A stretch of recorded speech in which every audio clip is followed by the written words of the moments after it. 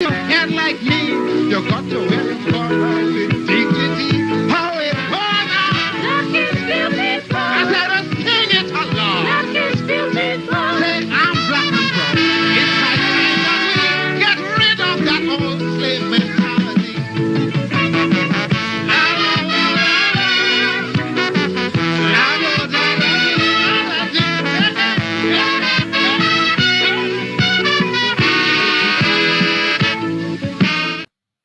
And a good evening to you, and welcome to our Friday evening's edition of Politics 101. Of course, today it's our Black Matters edition. Black Matters. It's Friday evening. Our guest tonight is going to be Mr. Vincent Alexander. Mr. Vincent Alexander. And we will be discussing the issue of race, ethnicity, and politics in Guyana. Welcome to Politics 101. Those of you joining us from Guyana, good evening and welcome. Those of you who are joining us from the wider Caribbean, a very good evening to you. Whether you're in Trinidad and Tobago, Grenada, St. Vincent and the Grenadines, St. Lucia, good evening to you. Those of you who are joining us from Antigua and Barbuda, St. Kitts and Nevis, Montserrat, welcome to Politics 101. Of course, so many of you are joining us from Barbados, from Jamaica, and of course, the Bahamas. We sometimes forget those of you who are up there in the Bahamas, and of course, those of you who are in St. Martin, welcome. How about those of you in the British Virgin Islands, and of course the US Virgin Islands? Welcome to you if you're coming at us from the United States of America. Hunting ground there in Brooklyn, Queens, the Bronx, New Jersey, Northern New Jersey. Welcome to Politics 101. How about our brothers and sisters there in Washington, D.C., Maryland, Virginia, that metropolitan area, and of course, our brothers and sisters in Baltimore. You know, I do a program on Morgan State Radio every second Saturday of the month in Baltimore. You know, I've been doing that program for over 25 years. I think I started doing it in 1997. The second Saturday of each month, the Caribbean Affairs, the program, and they dedicate 1 hour every second Saturday to the Political Hour with Dr. David Hines is the name of the show. And those of you who are in the Baltimore area, good evening to those of you who are in Chicago. I know quite a few of you from Chicago. Our good friend out there, Sister Yvonne Jackson out there in Chicago. Our brother was an environmentalist, Gustav Jackson, died in unfortunate circumstances, but I happened to do some work with him way back in the 90s. If Sister Jackson is on tonight, a very good evening to you and those of you out there in the windy city of Chicago. I've gone to a couple of places in America, but I always try to remember whether the coldest place I went to was in New Hampshire, Minnesota, or Chicago. Lord, I went to a conference in Chicago. I barely pushed my nose out once. Good evening. Good evening to all our friends on the West Coast of the United States of America, California, Arizona, and you down there in the South, the old South, or they call it the Deep South. Our brother Ozia, who is in South Carolina. The Carolinas have some relations to us in the Caribbean. I think 132 Barbadians, enslaved people, were taken to the Carolinas to do rice farming, starting the rice industry there in North and South Carolina. Good evening to those of you who are joining us from Georgia. Those of you in the Atlanta area, the Atlanta metropolitan area, welcome to you if you're joining us from Georgia. Some of you do join us from Florida. Good evening to you. And of course, whether you're in Alabama or Mississippi or Tennessee, Virginia, Southern Virginia, welcome to Politics 101. If you join us from Texas, as I know some of you do, welcome to Politics 101. Good evening, Canada. Most of you are in Ontario province, Toronto metropolitan area. Welcome to Politics 101. And good night. Good night to you if you're joining us from Europe, the United Kingdom. Tonight we are going to be discussing this whole question of race, ethnicity, and politics. It never goes away. It never goes away, and it wouldn't go away.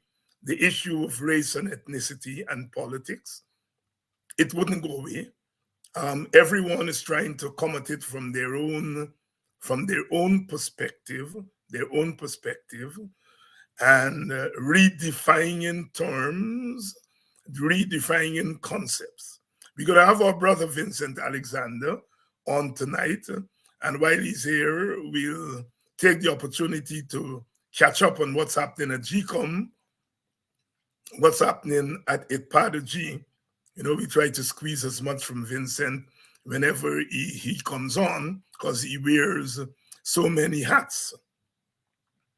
One of the problems that we face these days is that we don't have as many activists as we would like to have, you know, and so some of us have to be wearing so many hats. We would like to see more young people becoming activists and getting in to not necessarily the electoral politics. That's one part of our experience, but really, you know, the so many dimensions of politics. I mentioned Gustav Jackson a few moments ago. You know, environmental politics is a very important aspect of our politics. Very important aspect in Guyana because of the oil industry. Some of our activists are trying to sensitize us to the question of the environment while we are reaping the rewards from the oil discovery. We have to be mindful, very mindful of consequences, environmental consequences.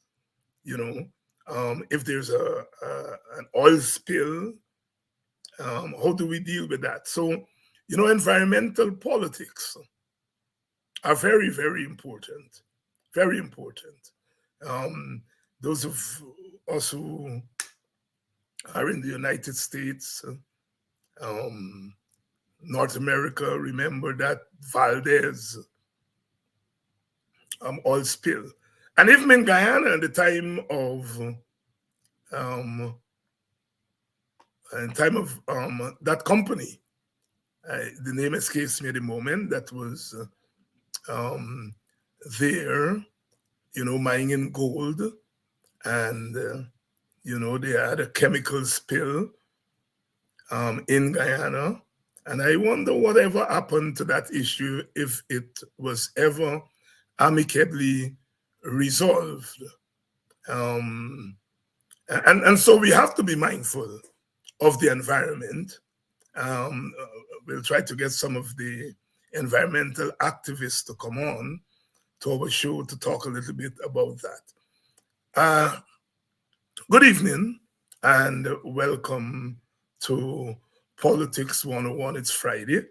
This week has been quite a hectic week because Monday was nomination day for local government elections, and there was a lot of flurry around that event, largely because in a sense, we have three positions that we are trying to grapple with.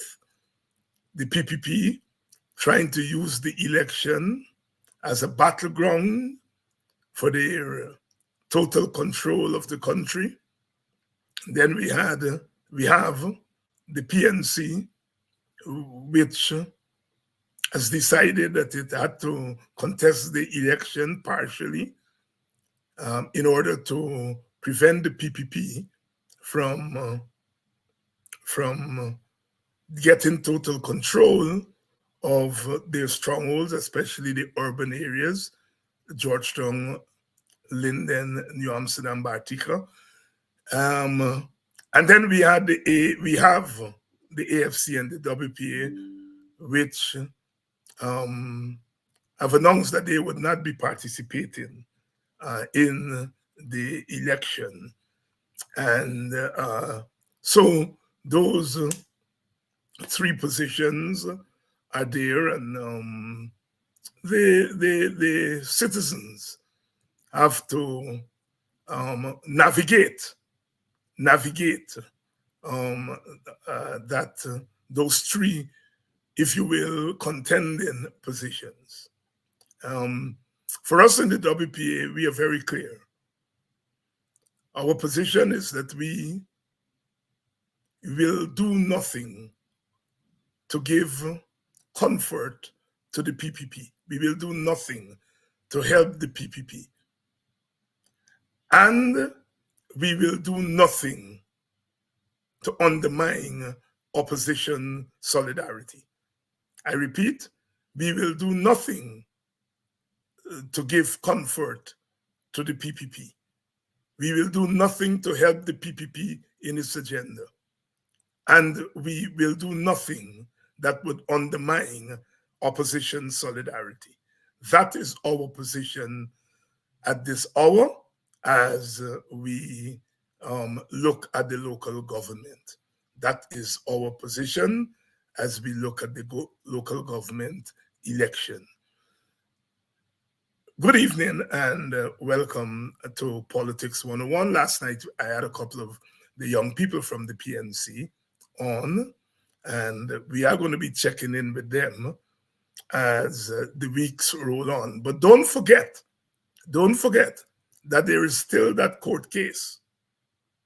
The case that was brought challenging the Minister of Local Government's authority to mess with the constituency boundaries. I think that the court is supposed to rule on that case, on May 16th. And depending on what's the ruling of the court, we don't know what would happen with these elections. So the elections themselves are not a done deal. They're not a done deal. Because that court matter is still hanging there. They're still hanging there. And we don't know how that ruling will go and whether it would affect the election in any way. We saw yesterday also both parties challenging each other in terms of the lists that were presented. The PNC was able to present evidence in some of the constituencies where the PPP fraudulently produced a list of names to back the list of candidates. I saw one of the sheets with the same handwriting, writing in people's names. one on handwriting, writing in names on the sheet. So it seems as though the PPP has already been caught attempting to rig the elections. We have to always be cognizant of that we have a voters list that is porous, that is unclean. We have over 200,000 extra names on the list. We have that voters list. And that voters list could always be manipulated, as we saw happened in 2020. Then we have the personnel at GCOM who are predominantly loyal to the PPP, the top personnel. And we have to be cognizant of the fact that that lays the foundation for manipulation of the election.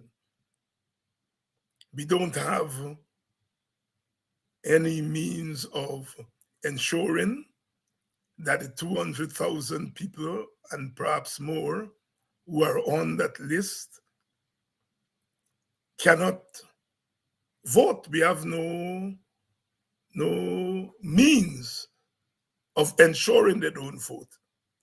The government commissioners, aided by the chair of the commission, have voted against biometrics. Of course, the list cannot be cleaned, given that the court has said people cannot be taken off the list. We cannot disenfranchise people who are on the list. And so it will take legislation to ensure that the list is being cleaned. And the PPP is resisting legislation to clean the list. So the local government elections face the possibility of being rigged. And as we have now learned, thanks to the 2020 election and the recount, we have now learned that elections are rigged long before election day. And so even the lists that are being presented to contest the local government elections, we see early evidence of the rigging of those lists. So even as we participate in the election, that is the PNC/AFC, even as they're participating in the election, we also have to keep up the vigil and the struggle for a new voters list and a clean and credible elections machinery. That struggle cannot be dropped. That struggle has to continue. My own reading of the PNC's participation, and I think it's a reading of many of us, it's that they're participating under duress or as a form of protest. Because they're participating to defend their territory and, in a sense, push back the PPP from having total control of the governance in Guyana. But that cannot be the only concern. We have a national election coming. The concern has to be cleaning the electoral machinery. It's one thing to, participate in it as a form of protest. And I hope the PPP, the PNC, make that very clear, that their participation is a form of protest and not an acceptance of the electoral machinery.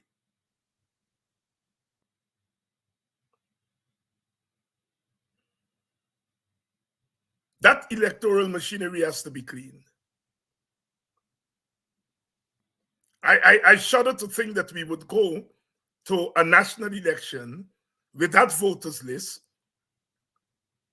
with the staff as it is at GCOM, with no biometrics. And if we allow this election to be treated in a normative way, that it's a normal election, then we would be defeating our own struggle to ensure a clean electoral machinery that is agreed upon by both sides. That has to be the ultimate struggle. For us in the WPA, that is our primary struggle as far as elections are concerned. We do not reject elections, as some people on the other side are trying to say. We do not reject elections. We have participated in elections, and we would participate in elections in the future. So we are not rejecting elections. We are rejecting elections that are crooked. We are rejecting elections in which governments are installed. We are rejecting elections that lead to the domination of one party over the rest of the society. I want to repeat that. We support elections as part of the democratic process. Very clear about that. Very clear about that. But we reject elections that lead and facilitate rigging. Crooked elections, we reject that. We reject elections that are used as the site of regime change, that you disregard the elections and you install a regime. We reject those elections. And finally, we reject elections that lead to one-party government. I hear people are prattling about we need a strong opposition. We don't need any strong opposition. We need a strong government. And the strongest government you can get in Guyana is a government that represents all of the peoples of Guyana. And since Indians have made clear they don't want to be governed by Africans, and Africans have made clear they don't want to be governed by Indians, it means that we have to have a joint government reflective of the representatives of Africans and Indians, and of course, our Amerindian brothers and sisters, Chinese and Portuguese and mixed people. So WPA position is very clear. We do not want elections that are rigged. We do not want elections that facilitate regime change and the installation of one party over the other. And we do not want elections which at the end of the day give one party the power to lord it over the rest of the society. So we reject rigged elections. We reject fixed elections. And we reject elections that lead to a tyranny of the majority over the rest of society. I want to make that very, very, very, very clear. And we feel that the 2020 elections had all the signs of a bad election. It was an election that was rigged from beginning to end. It was an election that led to regime change, that is, the installation or the installment of one party over the other. And thirdly, it has led to a one-party government that has used the majoritarian system to take control of the government, the state, and the society. That is, our elections of 2020 have led to a dictatorship. A dictatorship that is partly ethnic,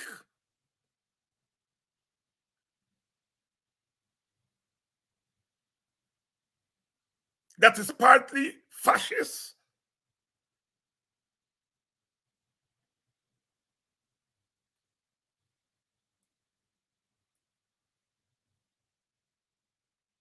that is partly apartheid,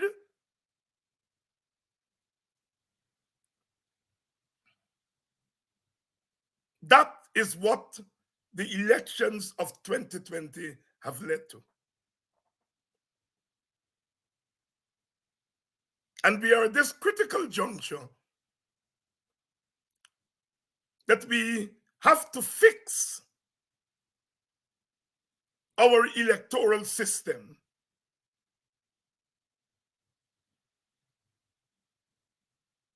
Because if the trend continues, this trend continues, where the PPP keeps the electoral status quo,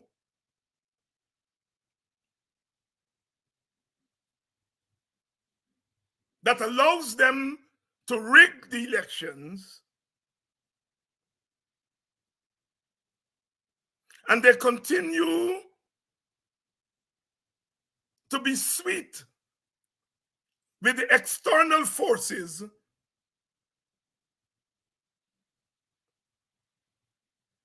in the context of a crooked electoral machinery and a geopolitics that takes sides,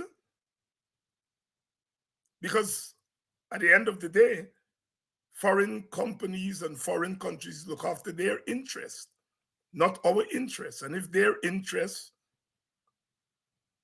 coincides with the PPP interests, they will support the PPP, or at least they will not buck the system. So the combination of external dynamics, a crooked electoral system, it would mean the perpetuation of a one-party government as normative. So I am arguing, we are arguing, reject that nonsense of a strong opposition. You don't want no strong opposition. Let me tell you what a strong opposition ought to be doing. A strong opposition ought to be creating confusion in Guyana, making Guyana ungovernable. That is what a strong opposition to dictatorship does. A strong opposition to dictatorship doesn't go into the parliament.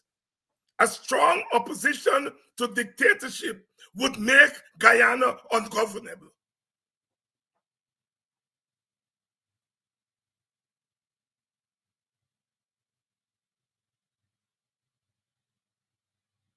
Is that what we want? An unstable Guyana?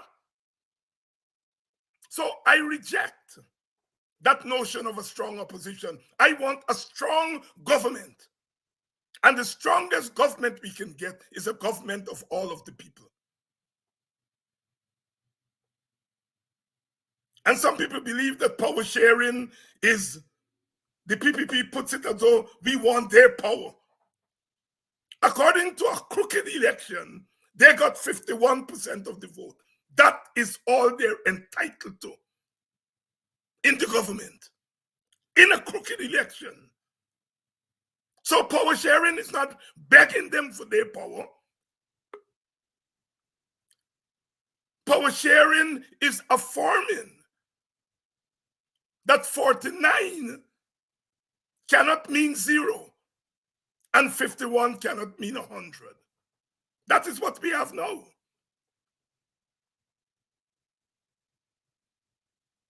My good friend Ravi Dev says the coalition won in 2015. The PPP won in 2020. And in 2025, the coalition could win because we have no ethnic majority and all that snake oil that he sells. What they're encouraging is either two things. Is either they're comfortable in their minds that the PPP will hold on to power forever and forever, or they're saying, let us change government after each election and let's fight. The PPP wins this storm, we fight them, then they lose the next storm, they fight we. That is what Ravi Dev is peddling, and that is what the PPP is peddling. And that, we're going to get these crossover votes. Indian people do not want to be governed by Africans. And Africans do not want to be governed by Indians. ASRA, the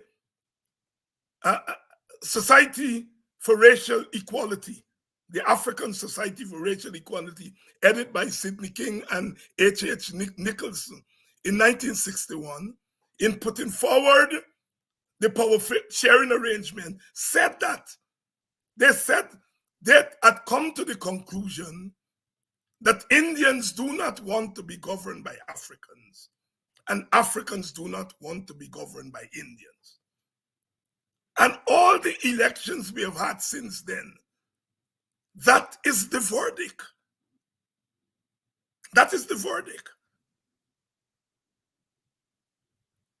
And so the arrangement that they're talking about, the arrangement assumes that Indians want to be governed by Africans and Africans want to be governed by Indians. Good evening and welcome to Politics 101 on a Friday night. We know that you would rather be doing some other things, but your commitment to the struggle means that you are here. And my guest is here, Brother Vincent Alexander. Let me bring him in right away. Good evening, Brother Vincent. Good evening. Sorry for my lateness, but got caught up. Yes, well, when you wear so many hats, we were talking about that. Activists these days wear so many hats, and you have to be here, there, and everywhere. We wanted tonight to talk about this issue of race, and we hope we will get some time to talk about it. But bring us up to date on what's happening at GCOM. Nomination day was on Monday. We have a court case that is still to be determined. I think the ruling is supposed to be sometime in May. Where are we as far as the electoral arrangement and the electoral schedule is? Well, as we speak, GCOM is still processing the nominations that have been made. And as they process, they're advising the various candidates and the various parties and the various local authority areas and constituencies as to whether their nominations have been approved. That is largely what's happening at this time. GCOM, for all intents and purposes, seem to be working towards a Monday deadline when the commission will then give its fiat to the process that is now being undertaken. It's interesting to note, though, that in the process, there seem to be a number of issues that will have to be resolved. Um, you may have noticed that there is one instance where the vice president has gone uh, on social media to render an apology for the submission of a dead person as a candidate for the PPPC. The person died sometime, and the person's name was down as a candidate, and the person's husband who died, his name was down as a signatory. So those are the kinds of matters we will have to be looking at, because there are a number of complaints which have been received about instances where, in one instance, people who did not uh, render their own themselves have been found to be on the list. And there's another instance, for example, in Wakanam, where there's a contention that people who had signed up uh, have been intimidated and have gone to withdraw having signed up, although their names were on documents which were previously been approved. So what we're doing, as I said, is the administration of GCOM is processing the nominations, and the various stakeholders are making relevant observations and relevant complaints, and GCOM now has to respond to those. I'm told some of these matters are also matters which have been reported to the police.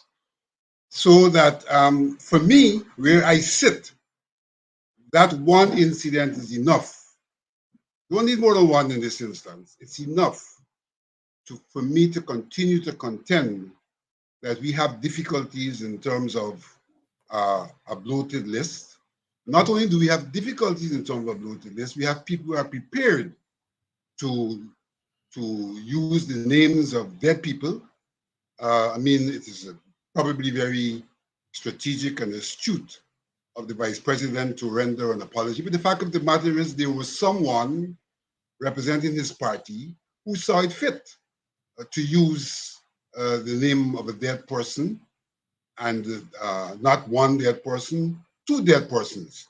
So for all of those out there who have been continuing to shout that the system is perfect, and I know that is what will be said in this instance, that the system worked, like what was said when Boudou did what he didn't was correct, and the system worked, that's what's going to be said. The fact of the matter is that once you have dead people on the list, it remains to the human factor to get it right. And we know evidence is out there. The human factor is prepared to misuse the names that ought not to be on the list in an attempt to benefit from either those votes, in this instance, from someone being a candidate who, in fact, is dead. Vincent Alexander here tonight, and Vincent must have been peeping into our conversation, because exactly this is what we had been talking about, that this election is not just about participating, but it's also about scrutinizing the electoral machinery to unearth the instances in which an election can be tampered with long before election day, and to use that to make the case for a cleaning up of the electoral machinery. I had not heard that news. So we have now graduated from dead people voting to dead people being candidates. And I agree with you, Vincent.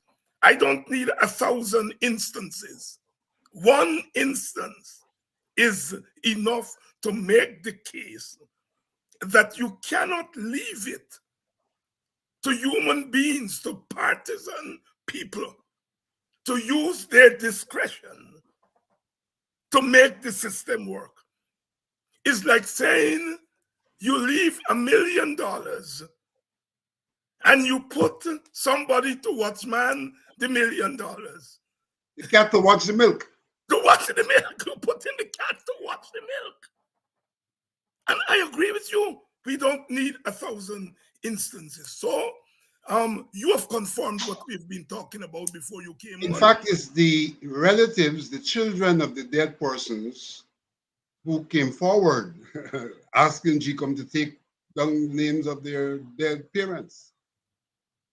There we go. GCOM itself, the mechanism of GCOM itself did not discern this, and it is the parents, the children of the dead person, who came forward and said, look, my father is dead, my mother is dead, but why are they being approved as candidates?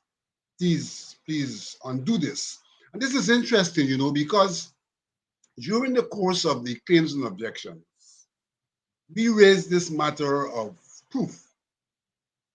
There were instances where relatives came forward and said that, the person is dead. And they said, well, you need to bring a death certificate. So the system does not give the benefit of the doubt to someone who is prepared to sign an affidavit saying that person is dead. They say, bring the death certificate. And so they allow those names to go through. They allow those names to go through. The system is flawed. We have the argument of the government that they have reformed RUPA with the intent of strengthening the system, but there are certain elements of the system which are known to be flawed. Nothing has been done to strengthen them. Vincent Alexander bringing us up to date, and what this says to us, brothers and sisters, is that we have to be on this case on a daily basis. This is an enormous task. And perhaps this is the reason, Vincent, why you and your brother commissioners nominated by the opposition side were apprehensive about going into elections without all the arrangements in place. No? Our apprehension is fundamental to the question of the list. And though we are continuing to carry out our duties, we have made it clear that we are not confident and did not, in fact, support going ahead with these elections, since the fundamental issue of sanitizing the list has not been addressed. And the intermediary mechanism, biometrics, which could help in that process, even if we don't take the names off, also has not been embraced. We hear it here for ourselves. Vincent, we will come back in the coming days to keep on top of what is unfolding. This is the first time, certainly in my time of observing elections, that we have had an instance of a candidate, a dead candidate on the list. And it seems as though this person died a long time before. Well, in this instance, the person didn't die very long, but the fact of the matter is that the person would not have been alive to sign any document. There you go. So it doesn't matter whether the person died long or no. The person died and did not himself append his signature as a nominator, nor did the other one append her signature as a candidate. And so, Mr. Alexander, we have a certain attorney general representing a certain government that says that people should be jailed for trying to rig an election. Are persons who put that man's name on the list without his signature, are they liable to be prosecuted according to the Honorable Attorney General? Undoubtedly, those persons have committed an offense and should be brought before the courts. An apology by the Vice President should not suffice. That is opportunistic. That is strategic. It does not undo the fact that an offense has been committed. There we go. There we go. Vincent, let me shift gears and take you over to it, Padre G. I know there the cases before the court, and there's certain arrangements that are made in the court, and so I wouldn't want you to violate the court. But the government has said that it will bypass it, Padre G, and give this year's subvention to the affiliates of Ipadaji. Ipadaji said, and I know you were quoted in the media, I think both a letter and you were quoted in news stories saying that you would not tell your affiliates what to do in the event that the government goes through with its threat. But is the government itself not violating the law by giving this money, purportedly giving this money to affiliate group as opposed to Ipadaji? We will give a pass on that in this sense. Okay. Our disposition is that the government reserves the right to give grants. And the extent to which the matter is before the court is the extent to which those grants cannot be seen as a subvention which is in contention. The Attorney General sought to say that they're given grants for 2023 and not given for the sum outstanding for 2022 on condition that that is before the court. I would say that in the matter we have filed before the court, that matter is not restricted to the outstanding grant for 2022. It covers the grants up to 2024. And therefore, for us, we have no problem if the government wants to give organization grants. We will not tell the organizations whether to take it or not to take it. They have some degree of autonomy in terms of their operations. They're not subordinate to us in any way. Even if they were subordinate, our position is that if the government wants to give out grants, they can give out grants, but that does not in any way affect the matter before the court, which covers the subvention that's outstanding and the subvention to come. On the matter of the grants, though, we had reason to make a public comment that we find it, in some regards disrespectful for a government to ask organizations to submit proposals within 48 hours. And there are no clear guidelines. All that they said is that submit proposals within 48 hours, and those proposals should be within the context of the goals of the International Decade for People of African Descent. There are no clear criteria, no clear guidelines, so that we really don't know what the government intends to do, how the government intends to proceed, how the government intends to deal with issues of accountability, even with the issue of determining that the proposals are within the mandate. But the government is free to give out grants. Organizations are free to take up those grants. The Ipadaji continues this matter in the court in relation to its subvention. For those of you who've been wondering why Mr. Alexander and Ipadaji described it as cash grants, I jumped when I read it and I said, well, what's this? There must be some technicality. Well, you heard Mr. Alexander here tonight. If the government gives money to these organizations, it would be their cash grants, because what is before the court is not 1 year subvention. What is before the court is the subvention that the government assented to when Mr. Granger first initiated this exercise. And so therefore, let us leave it there, because the court will have an important rulings to make in this regard. Suffice to say that a government that likes to talk about the rule of law starts out on important matters without consideration of the law. And that I think is instructive. Vincent, apart from you're a commissioner, you were a politician, you deal with Ipadaji and so forth.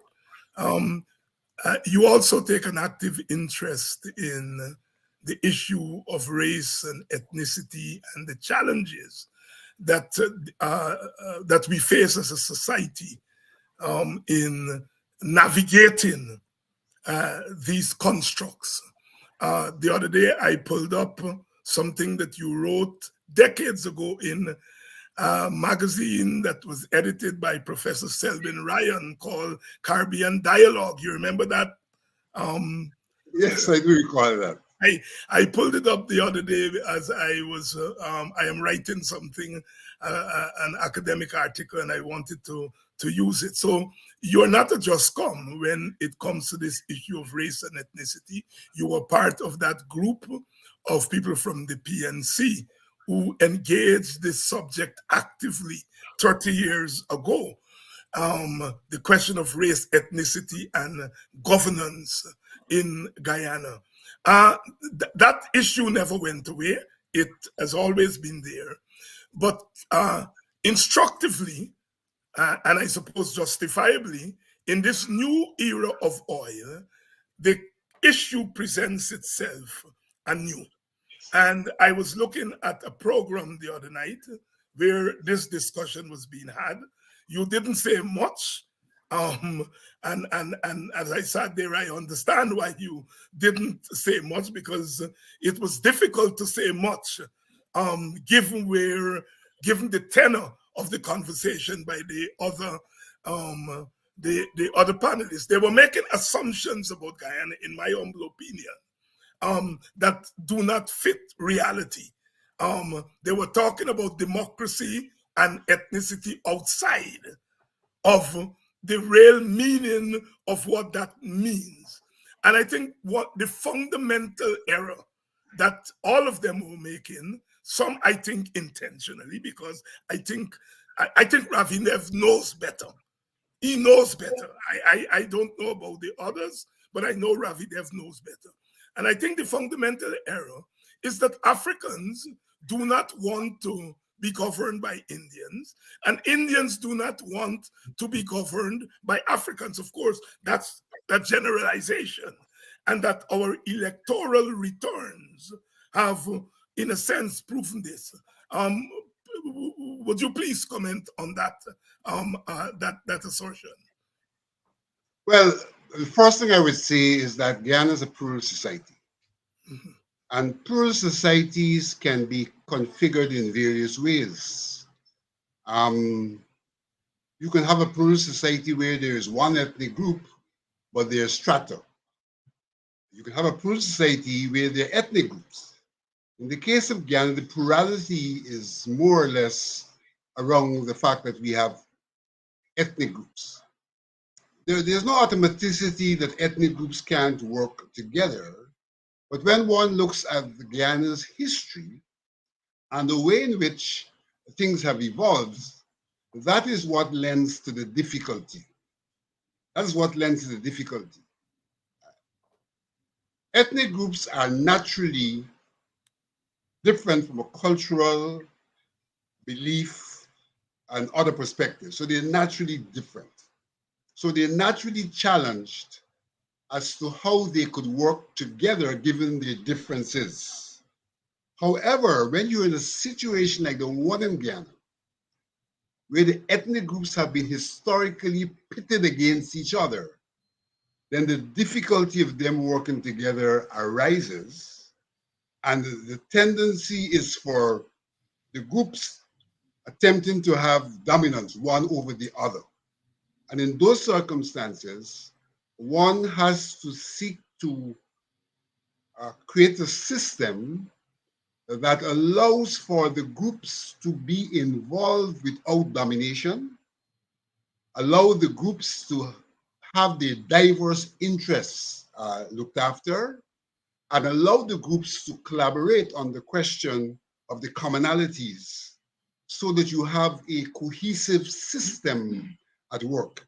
If you don't recognize that in the first instance, they are different, and that if that difference is built upon in a struggle for power and domination, then it simply will not work. It simply will not work. And therefore, a solution has to be sought. And that solution has to be to find a way in which, on one hand, you accept and do not interfere with the diversity. On the other hand, you find commonalities and a system that allows for the diversity to flourish and for the commonalities to be the basis for them working together. And I think that's the challenge which Guyana is faced with. We have to remember, Amerindians were here first. Came the Europeans. They didn't have a cordial relationship with the Amerindians. They came and sought, in this first instance, to say to trade with the Amerindians, and then found themselves trying to enslave the Amerindians. That immediately is a power relationship. Then they brought the people of African descent, Africans actually. And the fact that they brought them and enslaved them, that too created a chasm between the people of African descent and the Europeans. But more than that, they also sought to have the Amerindians capture and or decapitate the people of African descent who sought to escape from enslavement. And so that created a kind of antagonistic relationship between the people of African descent and the Amerindians. And then came the Portuguese. And every instance when people came, things were done that sought to pit them against each other. So there's no natural brotherhood based on the way in which society has evolved. So when you take the fact that the people are different, and then you take the fact that they don't have the basis or have not engaged in a conversation to overcome the artificial element of power that divides them, in addition to the natural division, then you have to confront that problem. And that's the problem which we have refused to confront. There are those who contend that, there's no problem, we all live happily and so in Guyana. But it must be tremendous dishonesty for people to say that, because they must know what they say and do at the level of their families and their communities about the other ethnic group. We have to be honest. We have to be real. And so,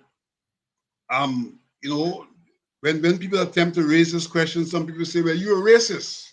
But the fact of the matter is, the people who raise the question are the ones who are really not racist, because they're trying to resolve a problem and to bring a resolution to a problem and to create cohesion. You can't be a racist when you're trying to create cohesion, but you must address it from a perspective. If you're an African Guyanese, you address it from the African perspective, but respectfully so. So there's not addressing the African perspective, proclaiming yourself to be superior. You're addressing from the African perspective, claiming that you want a system that accommodates, that facilitates your being, and not expose you to exploitation, expose you to racism in a system of diverse groups. And that is what we have got to have a conversation about. In that context, this system we have of a majoritarian rule does not facilitate the conversation. It does not facilitate the understanding and the recognition of our plurality, and therefore facilitates the imposition of majoritarian rule, ethnic rule. And that word majoritarian rule is a word we now have to address. Because our colleagues are saying, well, we have emerged in a society of minorities, and therefore we can no longer speak about majoritarian rule. But when we speak about majoritarian rule, it's not merely a numbers question. Issues have to be looked at from a quantitative and a qualitative perspective. And what we see from the qualitative perspective is that there is dominance when one group is in government, irrespective that they may have votes from others, dominance that is ethnicity. And therefore, that question has to be addressed. The question of being able to win an election, although you are a minority, does not address the fact that when you win that election, it is still your belief system, it is still your ideological, probably ideological disposition, it is still your disposition towards wealth, it is still your disposition towards others. That in Guyana is critical from a historical perspective. Your disposition towards others that drives the way in which you use the power you have to manage the society. And so, Vincent Alexander, you are raising the question of a definition of democracy for a society like ours. Definition of democracy is always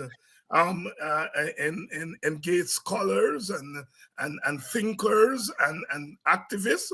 The democracy of the Greek civilization, where the Western civilization traced their origin, it was a direct democracy. But it was a direct democracy for part of the society, because a direct democracy in a plural society where some are excluded. there's some who were excluded. So the contention about what is democracy has always been there. And our comrades on the other side are really presenting a democracy as something that is fixed for all time and for all places. Our own Otto Lewis, not known as a political theorist, he was more an economic theorist, but certainly understood that economics cannot be divorced from politics. In 1965, laid out something for us to think of about how democracy should be constructed in an ethnically plural society like ours. Your comments. Oh, we have sufficient research that has been done, not necessarily from an abstract perspective, but looking at the actuality of ethnic plural societies that tells us, on one hand, that those societies pose a problem in terms of classical, I call it classical democracy, and that there are probable solutions to those to that problem, and that those solutions largely can be found in the concept of inclusivity, as some people refer to it, or in the concept of power sharing, as others refer to it, which allows for the various groups to come together and to formulate a way in which, in governing, they will facilitate diversity, but at the same time enhance commonality, and therefore create an environment in which all will be beneficiaries, and there will be none who are considered less than the others. And so that is where our thinkers have taken us in this regard. And interestingly, in doing so, one of the societies that they have referenced from a practical perspective was Suriname.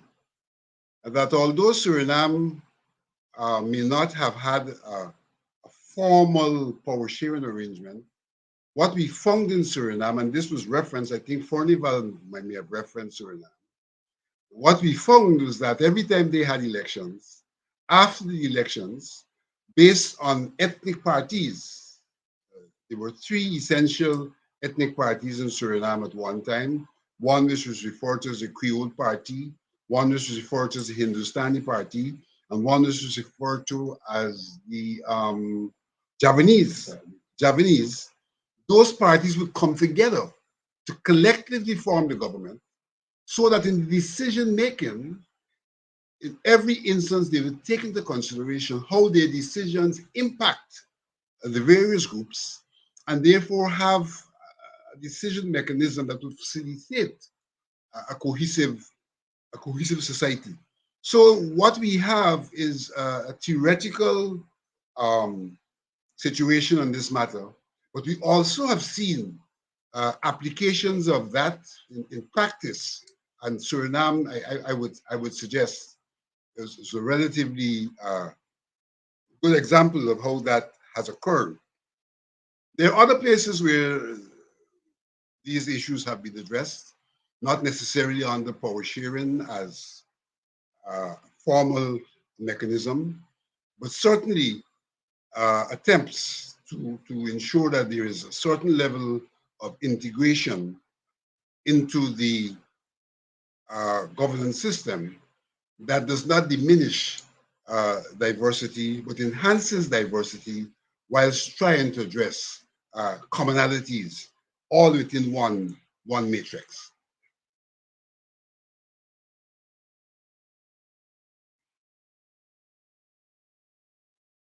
I think I may have lost my host there, and this would be a There we go.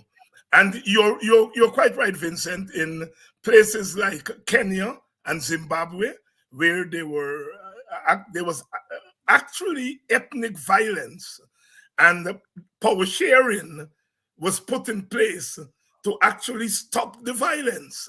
Um, and when the power sharing breaks down, the violence erupts. Kenya is going through some of that right now. We just had the Good Friday Agreement that broke down last year, and they're now trying to make sure that it goes back. And of course, the Mandela formula, which Dr. Jagan had promised to implement when he came to power in 1992.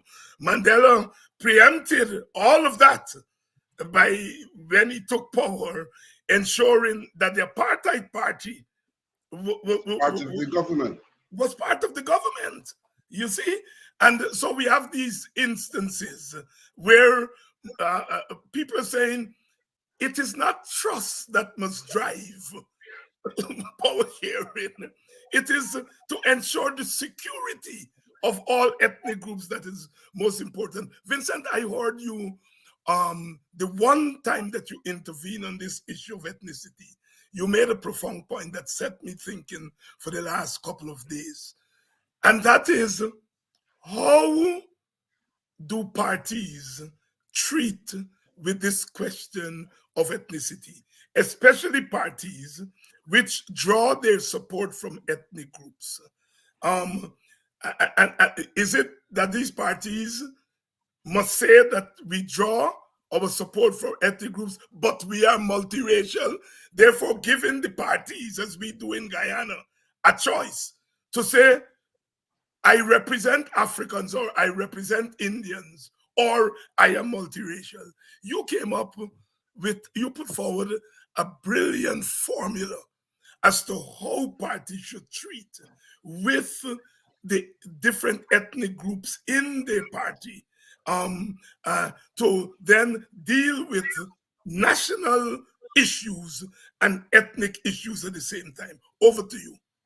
Well, David, that idea is not new I in know, terms of I know. me putting it forward in the People's National Congress. Right. That's an idea I proffered under the Hoyt regime. Under the Hoyt regime, I called it at that time that you must have what I call the party was practicing ethnic politics. And some of my colleagues went after me, and one of them accused me of being racist. But what did I mean when I said that under the Hoyt regime?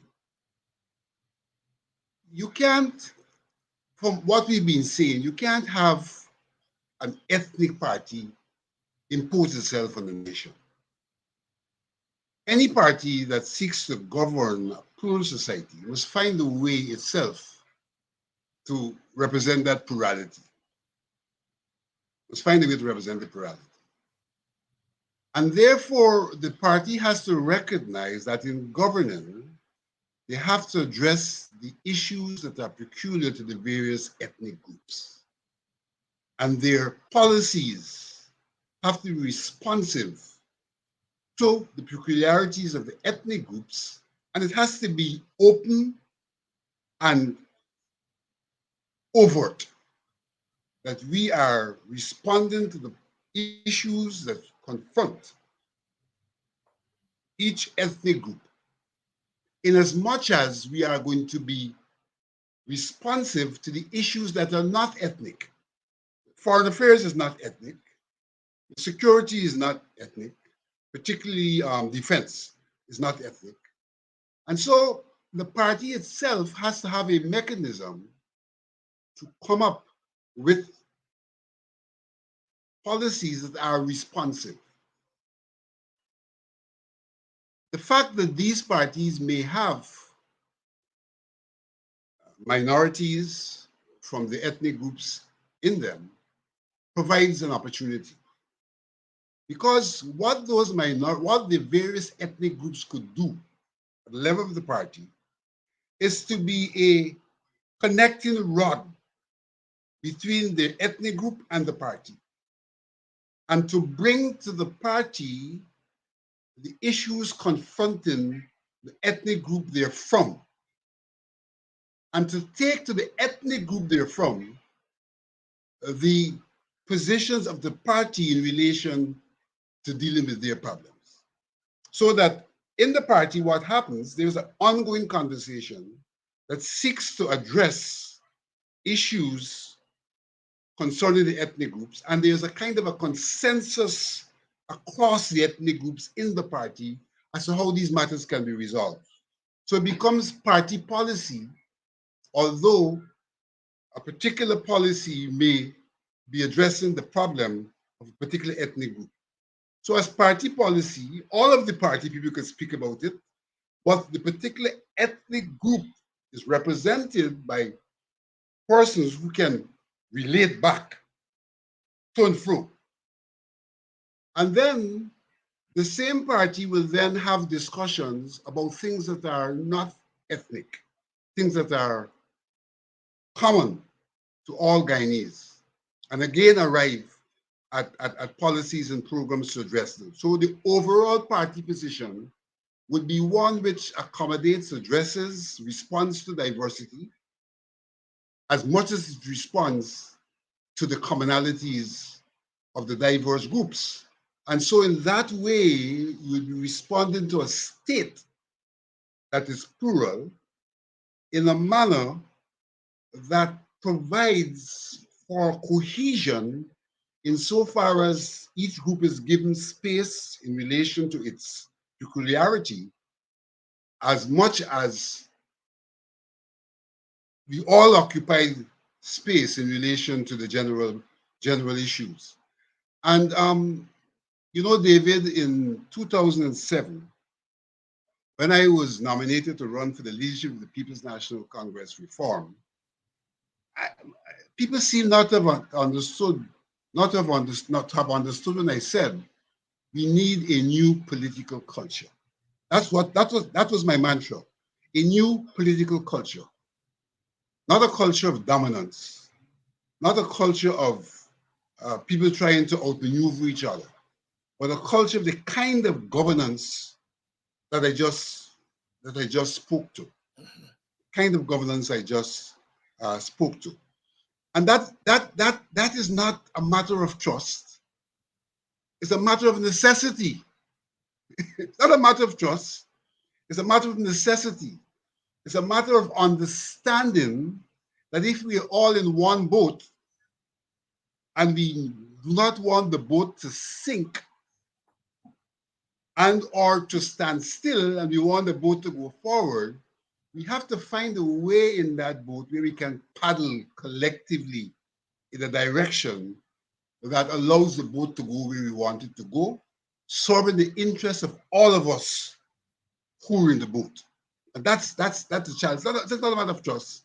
It's a matter of necessity, and it's a matter of conscious understanding of the problem which you are confronting and what provides a solution.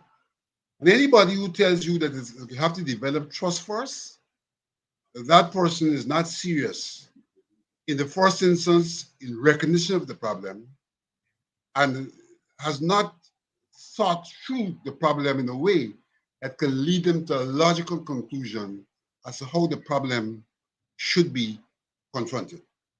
I do not take Jagdeo serious when he talks about trust because when the we're having constitutional reform or shortly after there, and the so-called Young Turks of the People's National Congress reform came up with the idea of power sharing and actually made a submission to the constitutional reform process. Jagdeo held a gathering at State House and uh, actually had a statement which was published saying that they must have trust first before we can consider an engagement towards power sharing or inclusivity.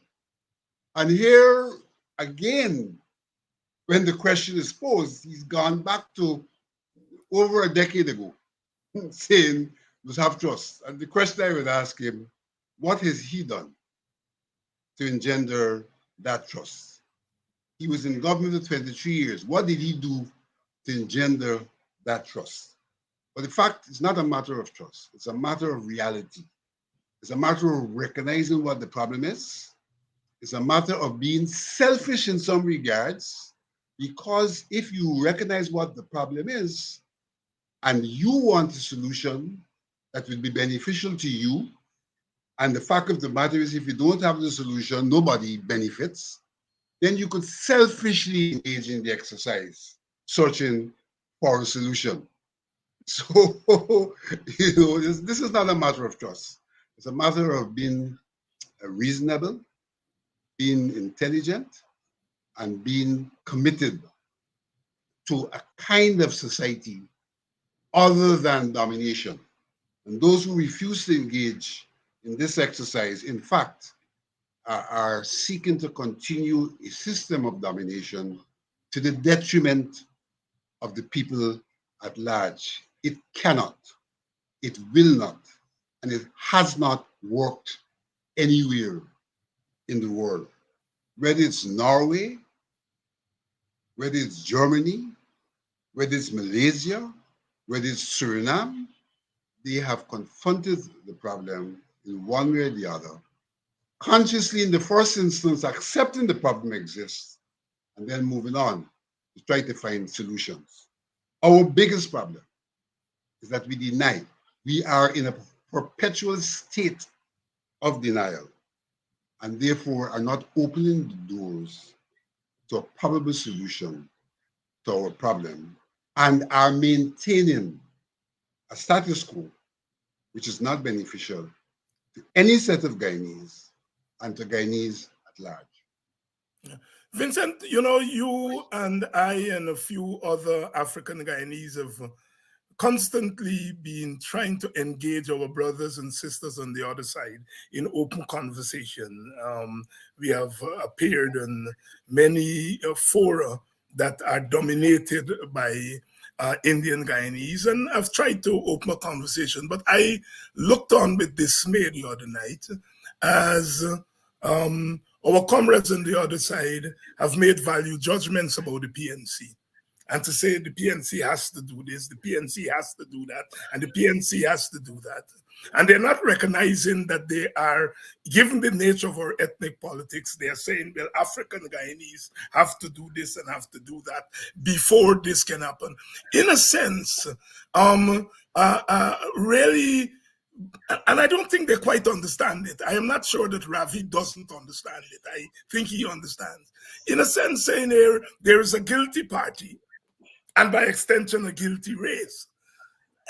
And as I looked at it, I said, well, where are we going to start this conversation? Did you get that impression? There was an interesting thing about the way in which people were trying to say what the PNC should be. It is premised on the PNC will not be in government. Yes, yes, It's premised on that. yes. Strong opposition. You have to be a strong opposition. But implicit in what they're saying is a recognition that they don't want all that they are exposed to under the rule of the current government. Yeah, And because they don't want all that they're exposed to, they're trying to find a way to curb without removing. yeah, So it now behoves the PNC to be the curbing factor, yeah, yeah, in a yeah. sense, solving their problem, Their problems. Yes. solving their problem, whilst at the same time maintaining the status quo, uh, which they are in favor of, in some uh, with some caveats. And the caveat is this opposition that must make sure, that their their choice is contained. Their choice is contained, and so implicit in what they're doing is an acceptance of the problem.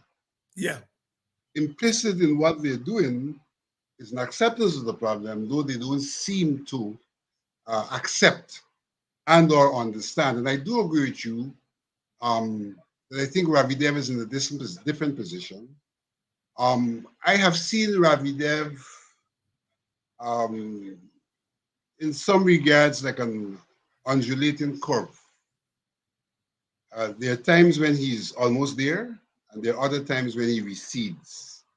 When he recedes, and so if anyone so far is someone who should be drawn into the conversation, it's Ravidev more than anyone else. yes, yeah, yeah, yeah. With all due Um, respect to the other panelists, I don't think they quite get the problem. But I know, after, as you've said, after more than 2, 3 decades of dealing with Ravi, we know that Ravi understands the problem.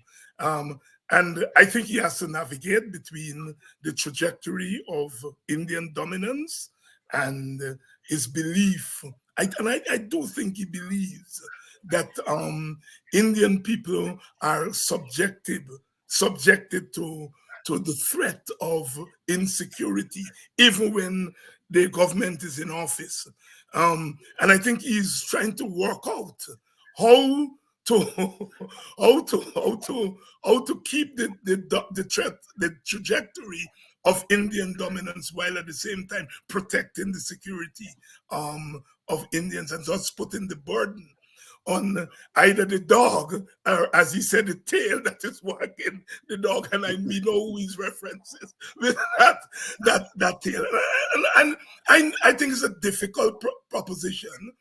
It's difficult for him. It's difficult for us. Um, and I think perhaps that is a place to start a conversation. But when you have the other voices, which don't necessarily understand the nature of our society, I think that presents some noise. But anyhow, that's my opinion. Closing thoughts.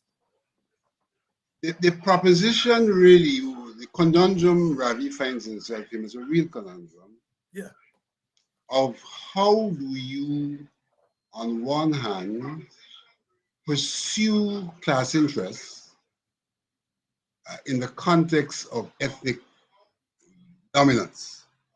I think from the class perspective, Ravidev is working class. yeah, I think he's working class. This problem is not peculiar to Ravidev, except that um, sometimes it has to be dealt with sequentially. You're not always able to solve the class problem and the ethnic problem at the same time. yeah. So let's look at South Africa. South Africa, in many regards, have overcome, let's say, the race problem. There is problem, In yes. many regards, have overcome the race problem. I mean, there's still elements of it, but they have Yeah, yeah, overcome, yeah, yeah. in terms of a state, the race problem. But they have not overcome the class problem. And so some of the comrades who were in the struggle and had already envisaged the class reformation can't understand, now that we've won, why the class thing, persists, but that is the nature of struggle, you know. You have different contradictions and they don't all mature at the same time, but you have to consciously understand which is the more antagonistic contradiction at a particular time, address that. And when you've overcome that, then the other contradiction becomes the more antagonistic one that has to be addressed. And so I see, for example, a South Africa now caught up in the second phase, and that is the class problem. And I don't think that we have, um, in history, we don't have a lot of examples of the resolution Yeah. uh, of the class problem as yet.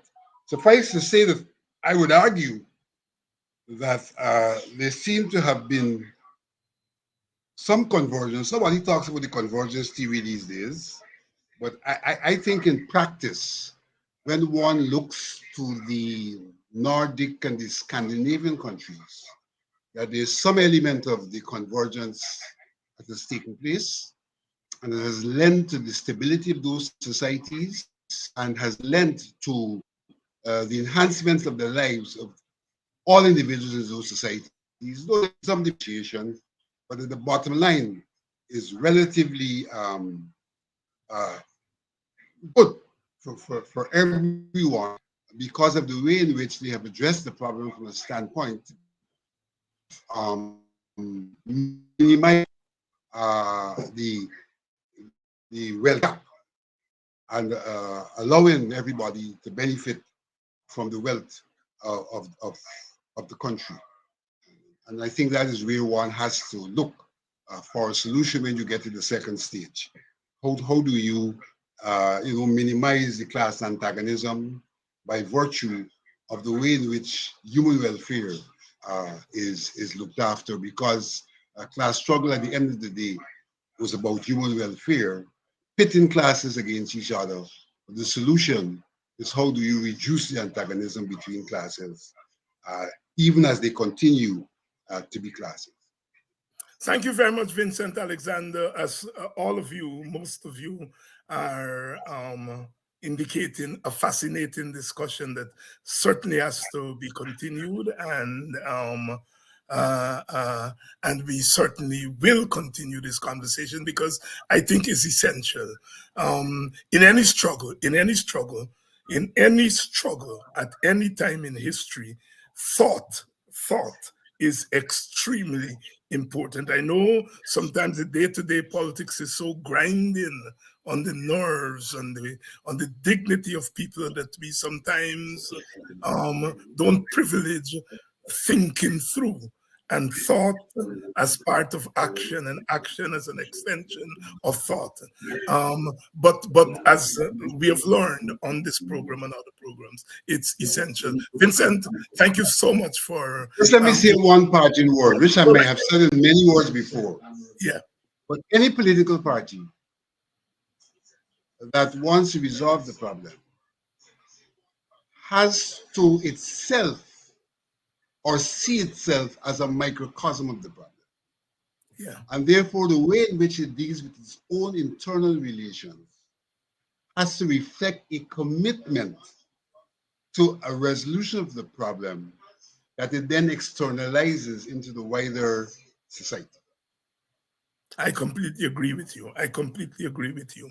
And those of you who are wondering why this conversation is essential, I want to remind that part of the angst in the African Guyanese community is the fact that it seems as though the PNC, which is the major party in among Africans, the PNC is not necessarily privileging the concerns and the pain of the African Guyanese community. And that is why we need to have this conversation. And that is why Vincent's thing about how you treat with a party in a multi-ethnic society that draws its support from one of the major ethnic groups, that draws most of its support, how that party navigates representation of ethnic concerns with